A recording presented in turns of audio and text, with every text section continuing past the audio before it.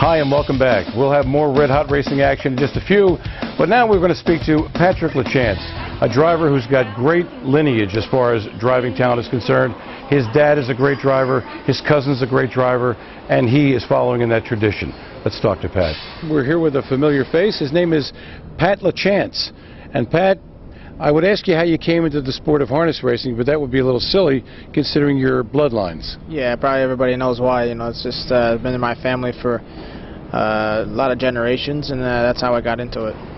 And your dad, of course, is Mike or Michel Lachance. Does he prefer Mike or Michel? In French, Michel, and English, Mike, I would say. And also, not only that, your cousin is another famous harness racing driver, Luc Ouellette, right? That's right, yeah. Pat, you're racing these days on a regular basis where? Mostly in New York?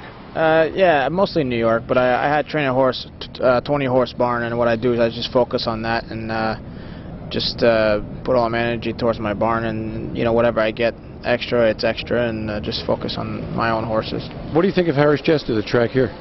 It's a beautiful place. You know, I haven't heard anybody say anything bad about the place. It's great. You know, we're racing for super money, and you know, if you're complaining about Chester, you know, you have a problem, I think. Did you ever think you'd see horses routinely going as fast as they go now? Yeah, I'm not surprised. You know, the tracks are great. You know, the race bikes, the breeding's better, drivers are better. Everything just seems, you know, just geared onto speed. You know, and that's why they're going so fast, I think. So I'm not surprised. Is it a challenge for you to always meet the top guys, to race against the top drivers? Is that the big challenge to keep you on top of your game?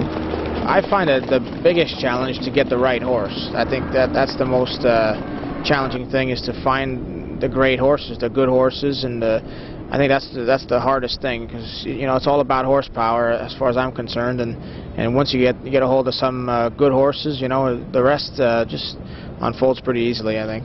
Okay, let's go up north, if we will, up to Pocono Downs. On Friday at Pocono, they hosted a Pennsylvania sire stake for 2-year-old trotting colts.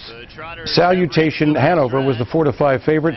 Broadway Bistro, the 9-5 second choice. Underway on the outside, starting fast. That's Salutation Hanover. Far outside, trying to roll up there is Broadway Long Haul, and Broadway Long Haul will work hard, but will have the lead here. In between horses fighting for it is technically Broadway. There are 3 across there. Down on the rail is Bad as Billy. And it's 2 back. Watching that battle there in 4th is Monsieur de Vie, settling 5th, Salutation Hanover. The Vatican is on the outside 6th, and then you've got Broadway Bistro and Smokin' Choo Choo. The quarter reached in 28, even hotly contested. A battle for the lead here, finally clearing Broadway Long Haul, but really got stung there on the outside. Technically, Broadway going to go for the retake, and out 3 wide here, Salutation Hanover, the 4-5 favorite off a win at the Arden, and he's going to try to clear here. Technically, Broadway not making it easy back there in 2nd. The Vatican has found a spot there in 3rd. Outside 4th is Bad as Billy, fading at the rail 5th, and fading out of it is Broadway Long Haul. Further back there, you've got Broadway Bistro and Smokin' Choo Choo. The half was 57-3, 29-3 the second panel, and showing the way here, Salutation Hanover by a length and a half. In the pocket now, technically Broadway was used pretty hard early. We'll see if he has something left here. The Vatican is saving ground at the rail 3rd. First over blues being sung there by Broadway Bistro on the outside 4th. Further back to Bad as Billy and Monsieur de Vie. 3/4, 127, that 3rd panel, 29-2, and things looking good now for Salutation Hanover, who's out here by 5. Nothing more can be done there by Bad as Billy. Broadway Bistro rallies into 2nd. At the top of the stretch, it's lonely on the lead here for Salutation Hanover, and Palone out by 8.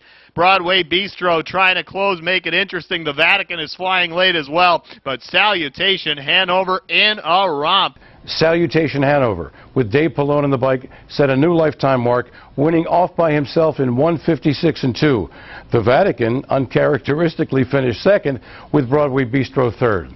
And when we come back, we'll talk to Sonny The Paddock Judge, and he will explain all the different kinds of bikes, the metals, the materials that go into making those bikes, which makes these harness horses go so fast for your pleasure. When we come back, stay with us.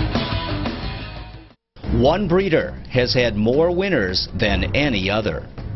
One breeder has produced the most world champions. One breeder has held the record for earnings since records have been kept. One breeder has dominated the industry with the top stallions, the best broodmares, and the most sought-after yearlings. Hanover Shoe Farms, the greatest name in harness racing. Sue is the paparazzo of the group. She's the one that takes the photos of the things you want to remember and a few things you don't. Everyone plays a part at Harrah's. Only 10 minutes south of the Philadelphia airport.